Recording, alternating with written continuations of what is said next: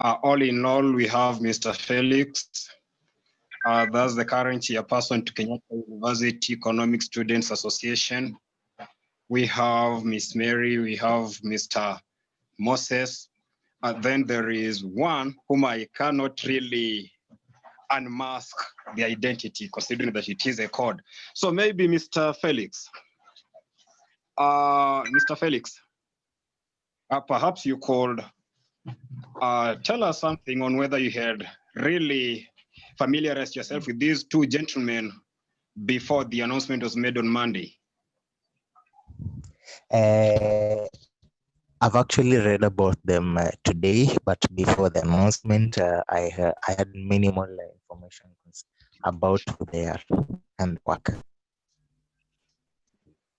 Oh yes, that's awesome. Yeah, what about you, Mr. Moses? I've not heard about them before. I actually learned about them when this thing happened. Yes, Mary. I have not heard about them. Oh, that's nice. What about our colleagues starting with one, then double X something, the coded name? Had you heard about the two gentlemen, Professor Milgram and Professor Wilson?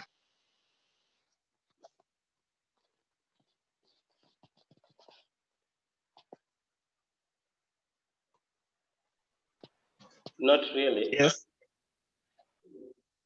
Yeah, also perhaps for the sake of easy identification, perhaps you could share your name so that we move a little bit faster.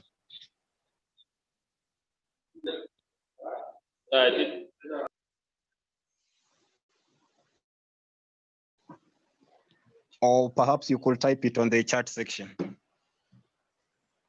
Yeah, so we understand that on a day-to-day basis, we as individuals, we as econs, we are interested in bidding. We do bid over things, we do bargain in the marketplace. Yeah, generally we do place orders over everything, including but not limited to even things such as debts.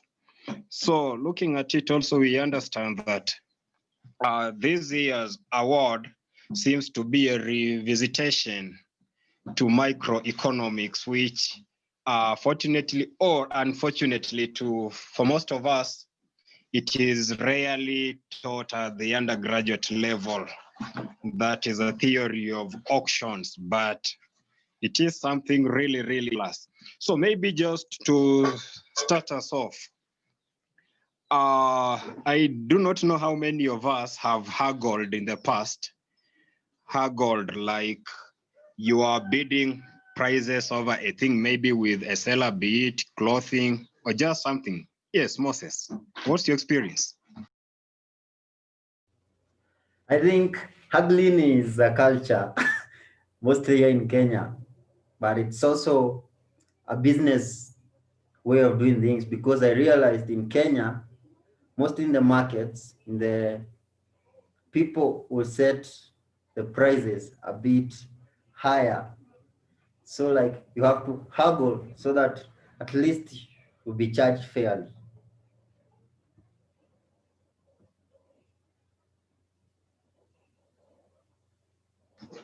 Oh yes, what about you, Mary?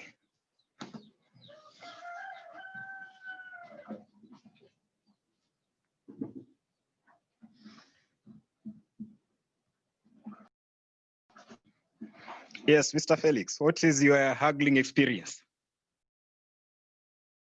Okay, so to give my side on this, I'll take you back to 1970. There was a paper written by George Ekelof. He actually won the Nobel Prize in economics in the 90s about the market for lemons, quality, uncertainty, and inefficiencies. He actually made it clear there are disparities between what the buyer knows and what the seller knows. And they actually never arrive at an equilibrium, because one, you are you're moved by perception as a buyer, what you think of the value, what you think about the value of the item you're trying to buy, and what actually knows about the quality and the functionality of the item he or she is to sell to you.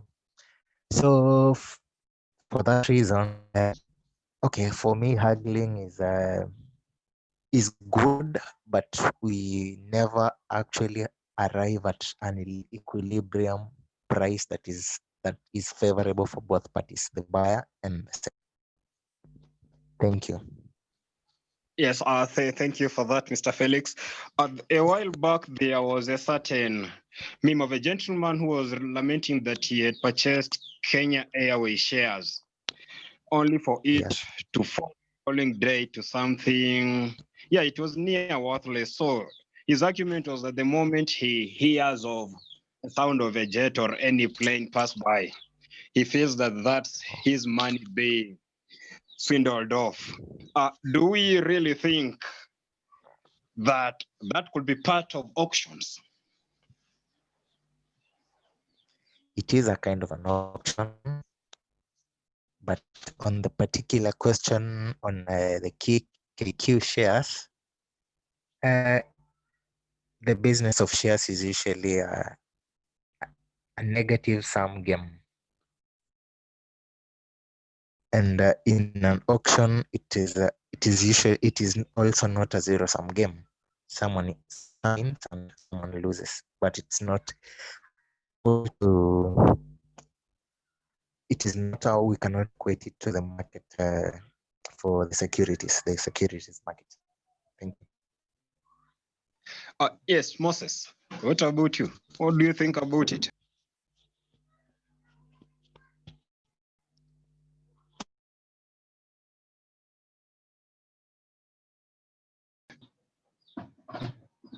Yes, Moses.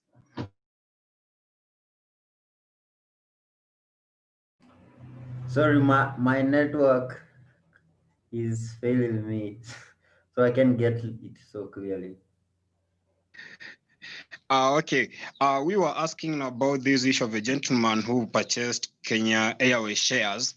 Then the following day, he realized that the prices had actually dropped to such an extent that if he were to sell, he was going to make a loss. So what do you think about it? Could it be part of these auctions? To some sense, it is, but I think since he already had purchased, the the question of auction, I think, is out of order because already it's purchased. So the drop in price couldn't be. It's already he already owns, so it's part of the or suffering one has to go through after making a certain decision. So I don't think the question of auction here is in order. Then there was also one key issue that had been highlighted by the committee. That was the issue of electricity tokens, water tokens, and similar things, that they are usually traded on the market of auctions. Looking at our own country, Kenya, how many of us really knew that KPLC tokens were part of auctions? Yes, Moses, did you have information about it? Actually, learning about the electricity, I was a bit shocked because I really never thought that they use the auction formats to determine the prices. Yeah, Mr. Felix, what of you?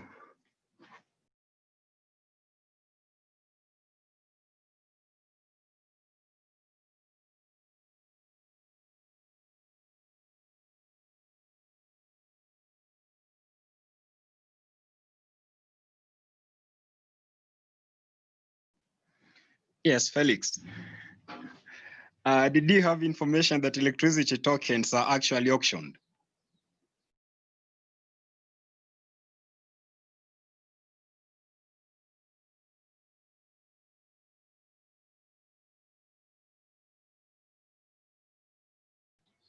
Yeah, I guess there is a connectivity issue on their end. Let's just wait a moment.